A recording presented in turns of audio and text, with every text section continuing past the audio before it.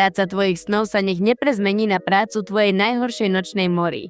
Nuž áno, niekedy sa naše sny splnia, ale nakoniec to vôbec nie je niečo veľmi príjemné.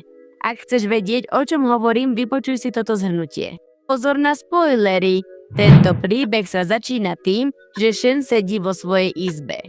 Tam si kontroluje správu v e-maile, v ktorej sa píše, že neprešla talentovou skúškou, čo ju trochu zarmúti.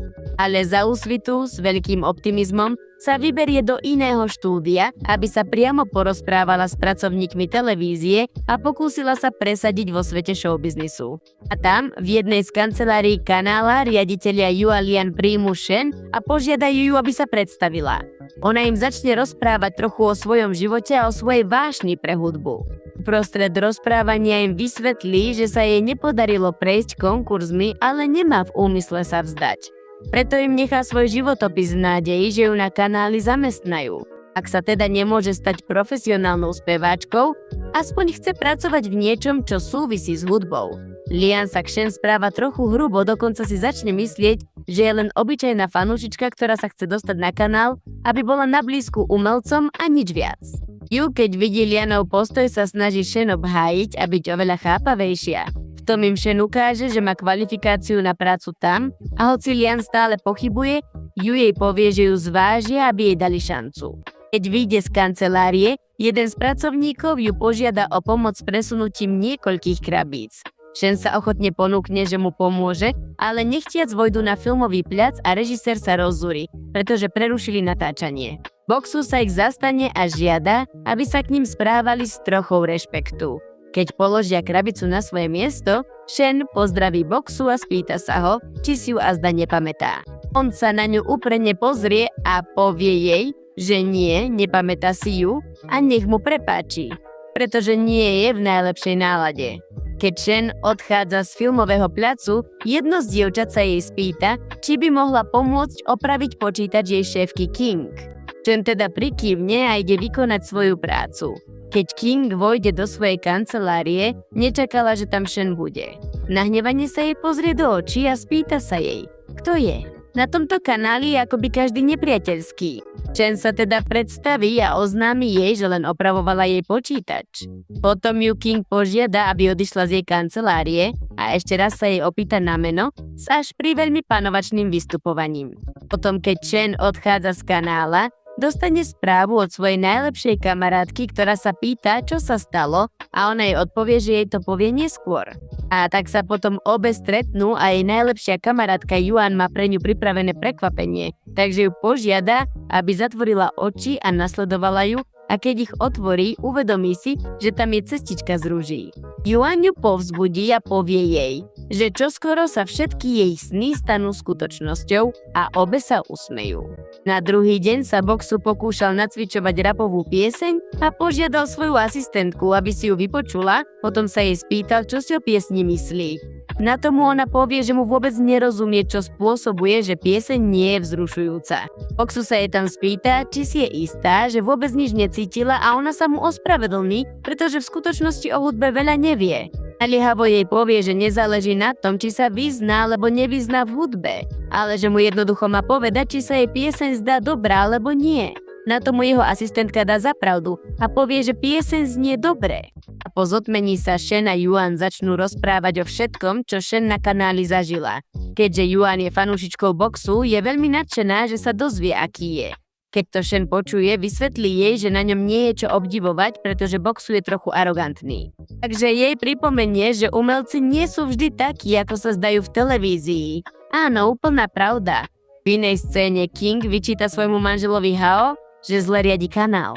Má iba Boxu ako hlavného umelca, ten ukázal, že má málo talentu a veľmi zlé návyky. Uprostred hádky Hao Boxu bráni a povie svojej manželke, že nechápe, prečo sa do ňoho tak púšťa, keď aj ona sama bola kedysi speváčkou a narobila veľa chýb. Ching mu na to povie, že práve tomu sa snaží zabrániť, aby chyby umelcov nepotopili jej kanál v takom konkurenčnom čase. O týždeň neskôr Ching zavolá Shen, aby tam začala pracovať. Shen teda celá nadšená utečie povedať tú novinu Yuan a pripraví sa na svoj prvý pracovný deň. Keď je potom na kanáli, vojde do kancelárie riaditeľa Liana. Ten sa na ňu zvedavo pozrie a spýta sa jej, čo ju tam znovu privádza. Shen mu hneď vysvetlí, že ju King prijala a že dnes je jej prvý deň. A tak, keď sa Lian dozvie, že ju King zamestnala, začne uznávať jej talent a rozhodne sa poslať ju do oddelenia boxu, aby splnila jednu úlohu. Keď Shen vojde do boxového oddelenia, on si myslí, že je votrelkyňa alebo paparacká. K tomu ona vysvetlí, že sú teraz kolegovia a že ju Lian poslal, aby mu odkázala, nech o ňom nezverejňuje veci na platformách Weibo alebo WeChat. Potom sa boxu nahnevá a odkáže Lianovi, že jeho vyhrážky ho nezaujímajú a že dúfa, že bude dosť odvážny postaviť sa mu tvárou v tvár a nebude posielať odkazy po niekom inom. To je ale poriadna diva ten boxu. O hodinu neskôr si Lian zavolá Shen do svojej kancelárie a ukáže jej, že boxu zverejnil ďalší príspevok namierený proti nemu. V tej chvíli zapochybuje, že Shen boxovi jeho odkaz odovzdala a žiada od nej vysvetlenie. Keď mu ona vysvetlí, čo sa stalo, Lian jej neverí a vyhráža sa, že ju prepustí. Okrem toho jej prikáže zmazať ten príspevok a presvedčiť boxu, aby ho poslúchol, inak to bude jej prvý a jediný deň v spoločnosti. A tak sa boxu pokúsi zverejniť ďalší príspevok proti Lianovi, ale keď sa prihlási do svojho účtu, objaví sa oznámenie, že heslo bolo aktualizované. Neskôr Lian, jeho asistentka a Yuz volajú Shen na osobitné stretnutie. Žiadajú od nej, aby sa priznala, čo urobila, aby boxu prestal zverejňovať tie príspevky. Vedia, že jeho povaha je veľmi arogantná, že by sa len tak ľahko nevzdal.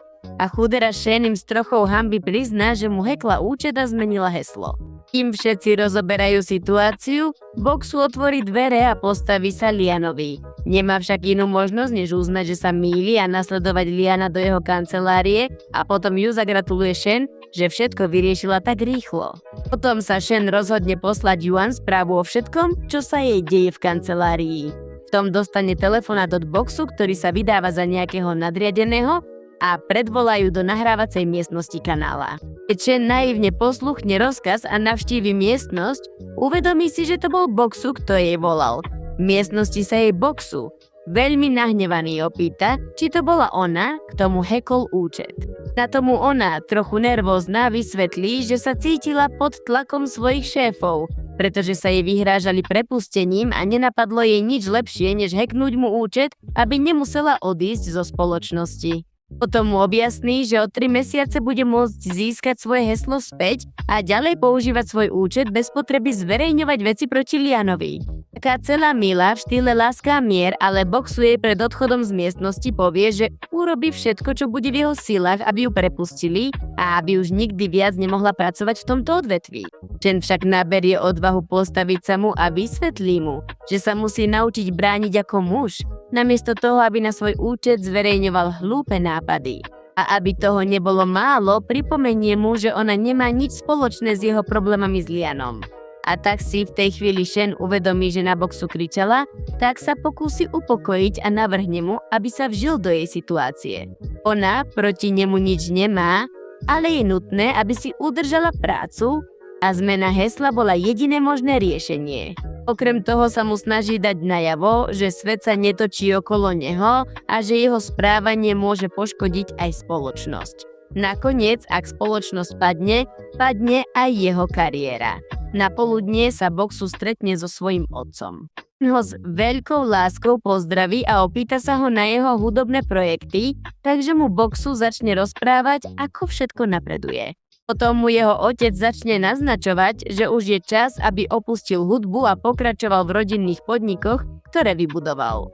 Keď to boxu počuje, pripomenie mu, že jeho nezaujímajú peniaze ani moc, ale že chce robiť hudbu a cestovať po svete. Vysvetlí mu, že na svojich snoch pracoval príliš tvrdo na to, aby sa vzdal práve teraz. Keď boxu vidí, že jeho otec nerozumie jeho postoju, vyhne sa ďalšej hádke, pretože dobre vie, že jeho otec má vysoký tlak a táto situácia preňho nie je veľmi zdravá. Po návrate do svojho oddelenia si boxu začne pripomínať rozhovor so svojím otcom a všetky veci, ktoré dosiahol vďaka svojej kariére. Hoci veľmi dobre vie, kam chce dôjsť, v hĺbke duše mu naozaj záleží na tom, či svojho otca sklame alebo nie. Za úsvitu, kým Shen sedí pri svojom stole, začne si robiť niekoľko fotografií. Jej nadriadená si všimne, že nie je zaneprázdnená a tak ju pošle vyzdvihnúť objednávku na poschodie nižšie. Tam si urobí ešte jednu fotografiu a zverejní ju. O niekoľko minút neskôr nastúpi Hao do výťahu z rang investorkou a zamestnanci si začnú všímať, že idú spolu do kancelárie. Ona sa snaží s Hao flirtovať, ale on si zachováva pokoj. V Haovej kancelárii na ňo začne tlačiť, aby viac investoval do podnikania. Navrhne mu, aby požiadal Boxovho otca o investíciu, pretože má toľko peňazí, že nemá dôvod povedať nie. Na to jej Hao vysvetlí, že na tom finančne nie sú veľmi dobré, ale že investíciu od Boxovho otca nepotrebujú. Potom sa investorka začne s Hao rozprávať o číslach. A na ňo nalieha, že ak si čoskoro nezaobstará investorov, potopia sa. Potom ju Hao požiada, aby investovala, keďže sa jej v podnikaní veľmi darí a ona súhlasí iba pod jednou podmienkou, že s ňou bude mať románik. To je ale ponuka. Potom, po zotmení, začne Boxu nahrávať pieseň. Keďže to nie je štýl, ktorý má rád, tým si to všimne a žiada od neho, aby to urobil s väčšími emóciami. Navyše ho žiadajú, aby nezabúdal text piesne a aby zlepšil aj svoje dýchanie. Keď to všetko počuje, Boxu im povie, že robí to najlepšie, čo môže a že nie je to on, kto si vyberá, ako má spievať. Tam im ukáže, ako by to urobil vo svojom vlastnom štýle a použije rapovú verziu, aby to predviedol. Hoci sa im to páči, žiadajú od neho, aby znova spieval ako na začiatku. Späť v Haovej kancelárii príde King vyčítať mu, že s ním Rang flirtovala. On jej odpovie, že je iba investorka a že sa nemá čoho obávať. Neskôr sa Boxu objaví na tlačovej konferencii. Tam sa ho pýtajú, či sú pravdivé klebety, že jeho otec bude investovať, aby bol populárnejší a on to všetko mrzuto popiera. Potom sa ho opýtajú, či je za ním niekto, kto ho udržiava na prvom mieste, na čo Boxu nedokáže odpovedať. Tlačová konferencia ho natoľko zahltí, že dostane záchvat paniky a takmer tam na mieste odpadne.